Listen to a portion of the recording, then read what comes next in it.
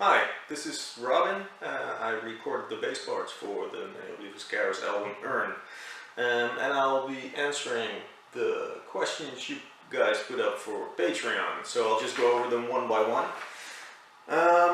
Let's see what we got. First, Thomas Campbell.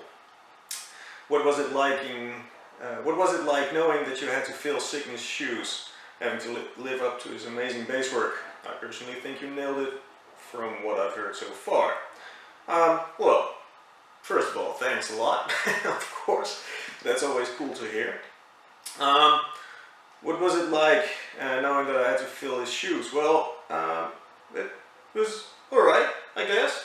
I mean, he's a cool bass player and he has great parts, so it kind of gave me the opportunity to do the same thing in my own way. And I kind of like recording projects that way, so that I can put my own musicality and influences in there. So that was all cool. Reese Fraser asks, what advice would you give to someone who's just beginning to pick up playing bass? Any common bad practices to avoid?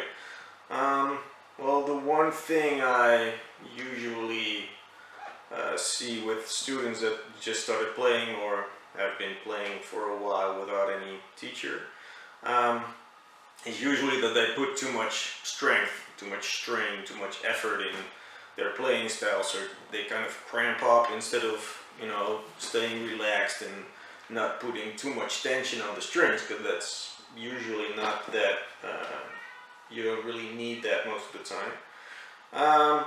So I guess that's probably the best advice. Try to relax and not put too much strength in your hand and muscles to play your parts. Just try to relax, see how easy you can play without cramping up, of course. Val and Tina ask, hello, the bass lines on the songs we got to hear are amazing. I really love your style. Thank you. How did you discover Neo for the first time? How did I know him? How did I meet them? Do we have a common acquaintance? And do I think if I'll go and see him on tour? Would be cool to have you on stage as a guest in one time. Well, they're from Australia, so I'm not sure if I would be touring with them. They have a touring bass player right now, which is totally cool. We actually met through their previous bass player, Cygnus. He asked me if I would be interested in recording their album, which turned out to be Earn. And we've known each other for quite a while, ever since I played in Cynic. So I guess he just wanted, I think he just liked it if I would play on the record. So he kind of introduced me to Zielhorst and set up so that I could record the album, which was kind of cool, I think. If I'll go and see them on tour, I would definitely go and see them on tour. If they're around, I'll make sure to see one live show at least from them, because I'm really curious to see what they're about live. We actually almost played together with Exhibius and Zielhorst, but they cancelled their tour because of the issues with the previous bass player. So it almost happened, but maybe next time. Martin Kuto asks, how do you approach going into a recording session as a hired gun as opposed to being a band member? Well, for me it's not that much of a difference. I always listen to the music often, many times, and just to get a vibe and a feel of the songs and the music, and I kind of try to hear what bass parts I would like to hear under the songs if I would be just a listener and not a musician playing on the record.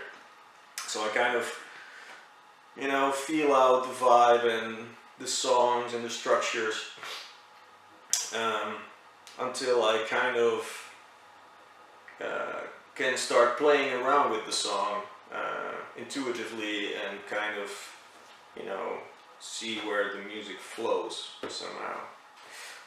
Which is pretty much the same way I do it with Our Oceans, Exvius, One God Less. It's all pretty much the same way how I write music. It's listening, trying to hear what you would like to hear on that bass part, and, you know, start recording it. Joao Eras. Hi Robin, so how did the process of being invited to participate on the album came about? And how does it feel like playing in a record where the bass is not drowned away under other instruments? Thank you so much for your contribution, you're awesome, thanks! To play on a record where the bass is not drowned away is kind of what, you know, I've been doing for quite a while now. Exvius has the bass pretty much up there. One God Less definitely has the bass way up there. Our Ocean's the same way. So that kind of feels natural for me. I like hearing records with the bass, you know, not loud, but at least clear in the mix, so you can hear what the bass player is doing instead of he's just somewhere under there mumbling some low frequencies. So that's cool. Well, the process of being invited, as I answered earlier, that was through their previous bass player, Cygnus. So that's so cool, I guess. Hannah and Avinta Fonseca. Hi Robin, excellent job on the new songs. What albums influenced your playing style the most? That's a good one. I would think definitely Cynic, Focus, some Jaco recordings, word of mouth, Invitation, stuff like that. Alain Caron, bass player, one of his first records influenced me quite a bit. I started playing fretless because of Human and Individual Thought Patterns from Death. Steve DiGiorgio's bass playing influenced me in that way quite a lot. I think that's it. Yeah, I think that's it. Dina asks, hey Robin, you sound really amazing on the new material, thank you. Which is your favorite song on the album? That would be Intravenous. I think that's got the most interesting structure, and I have a small bass solo and a more melodic line there, which I really like, so yeah. Raluca asks, should we expect the same complexity on this album as the ones before?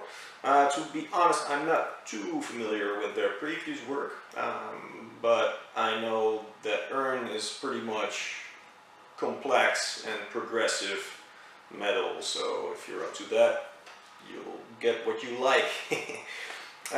Joey van der Kruk asks, poffertjes or stroopwafels? I would go for stroopwafels. Alright, for real now, what was the most fun part and most difficult part of creating Urn with Neoblius Garrus? I'm not sure actually, because I think everything kind of flowed naturally. The most fun was definitely Intravenous. Like I said earlier, it's got the most interesting structure, I think, so yeah, that's good. Come on, Dubiel. Did you find the writing process easier for this album than your work in Exvius? Could you see yourself touring with the band in the future? Also, bass-wise, what was your favorite song to work with? Well, favorite song is Intravenous, still. I could see myself touring with the band, yeah, sure. I think their music is a cool, instrumental, progressiveness, and you know, I would like to explore that live as well. Last question is by Cormac Jordan. What are your tips for creating a good bass sound, particularly with distortion? At the minute I'm using Kemper profiles of Sansound and Dark Glass. Well, for me, I use always always use Dark Glass, the B7K Ultra. Combining that with my Warwick Streamer and the EBS Fafner bass amp, that really does a trick for me.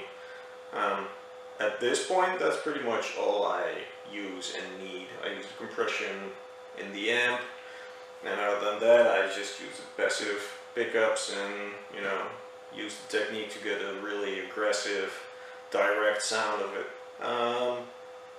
So that's pretty much it. Thanks for the questions and enjoy the album. See ya.